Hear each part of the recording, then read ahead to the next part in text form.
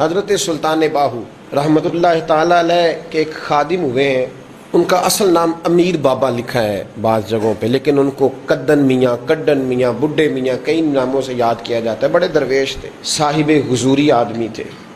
اکثر لوگ دم درود کرانے آتے تھے ان کے پاس، بزرگوں کے پاس لوگ آتے ہیں، اللہ کے بندے دعا کرتے ہیں تو اللہ خیر فرما دیتا ہے۔ آج کل کا زمانہ نہیں، اب تو دکانداری ہے نا، ٹوکن چلتے ہیں، تو اللہ تعالیٰ خیر کرے، حالات بڑے عجیب و غریب ہیں۔ تو ان کے پاس لوگ آیا کرتے تھے دم کرانے۔ انہوں نے نا دور ایک برتن رکھا ہوا تھا، تو کوئی آدمی آتا تو تھوڑا سا اس میں نذرانہ ڈالتا، تو کہتا حضرت جی میرا یہ کام ہے، یہ کر دیں۔ وہ خلیفہ تھے حضرت سلطان باہو کے، وہ گردن جھکاتے، تھوڑی دیر کے بعد سر اٹھاتے، کہتے تیرا کام ہو جائے گا۔ صحیح مسلم کی حدیث ہے، نبی پاک نے فرمایا رب اشغاز اغبر لو اقسم علی اللہ لابرہ، اللہ کے کچھ بندے ایسے ہیں جو اللہ کو قسم بھی دے تو اللہ ان کی قسم پوری کر دیتا ہے۔ ان کے کپڑے مٹی سے بھرے ہوتے ہیں، پر اللہ کو کہہ دیں تو اللہ کر دیتا ہے۔ حضرت سلطان باہو کے وہ خلیفہ کہتے ہو جائے گا تو ہو جاتا۔ پھر کوئی بندہ آ کے کہتا یہ نذرانہ ڈال دیا ہے تو کام، گردن چکاتے کہتے اپنے پیسے نکال کے لے جا، تیرا کام کوئی نہیں ہونا۔ ایک دفعہ کچھ سید زادیاں آ گئیں، انہوں نے آ کے نا اس زمانے میں 100 روپیہ، سمجھ لیں کہ آج کل لاکھ روپیہ، بابا جی کے نذرانے والے گلے میں ڈالا اور آ کے کہا کہ بابا ہمارے نا ایک بچے کو سزائے موت ہو گئی اور حلفاً بتاتے ہیں کہ ناجائز پھانسی کا حکم ہوا ہے، تو تیری رب رسول کی بارگاہ تک رسائی ہے، مہربانی کر، سیدوں کا بچہ ہے، مہربانی کر۔ بابا جی نے گردن چکائی اور کہا اپنا 100 روپیہ نکال کے لے جاؤ، مشکل ہے بچہ بچے تو میں کچھ نہیں کر سکتا۔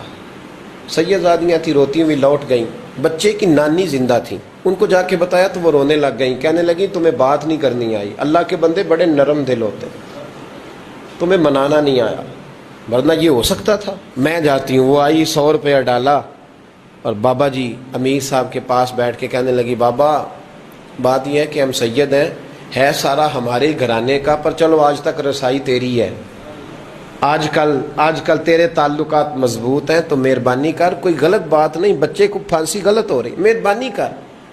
بابا کہنے لگا اماں میرے بس میں نہیں، میں بھی تو اللہ کا کمزور بندہ ہوں نا، مالک کا کمزور بندہ ہوں، کو ضروری نہیں، دعا پہ فضل ہوتا ہے، اگر اس کی مشیت ہو تو پھر بندہ کیا کر سکتا ہے۔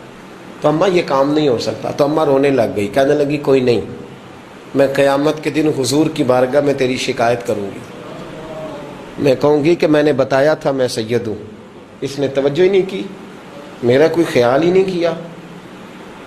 بابا صاحب فرمانے لگے اماں پیسے نہ نکالنا، جا تیرا کام ہو جائے گا، جا تو ہو گیا تیرا مسئلہ حل ہو جائے گا۔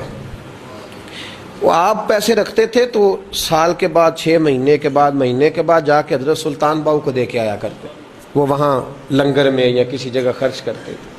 جس دن اس بچے کی پھانسی کا وقت تھا نا، تو وہ بابا جی حضرت سلطان باہو کے پاس چلے گئے۔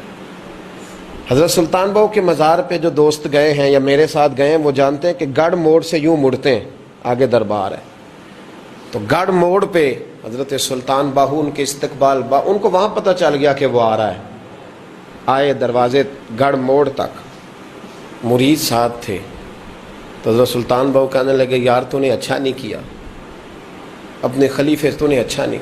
کہنے لگے حضور چارہ کوئی نہیں تھا، سیدزادیاں آ گئی تھیں، حضور کا خاندان تھا، میں کیا کرتا۔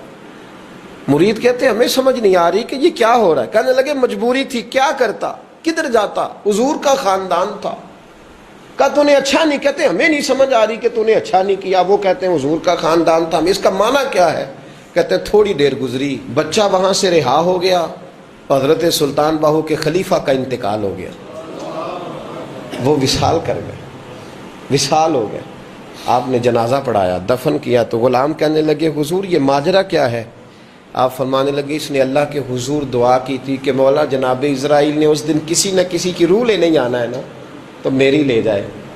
اب سیدزادیاں دروازے پہ آ گئی ہیں، تو سادات کو تو خالی نہیں نہ بھیجا جا سکتا، مصطفیٰ کا خاندان ہے، حضور میری روح لے جائی جائے اور اس سیدزادے کو چھوڑ دیا جائے۔ فرمایا اس نے اللہ کے حضور قربانی دے کے وَفَدَيْنَاهُ بِذِبْحٍ عَظِيمٍ، جس طرح حضرت اسماعیل کے لیے مینڈا آ گیا تھا تو ان کی جگہ ان کی روح کو قبول کر لی۔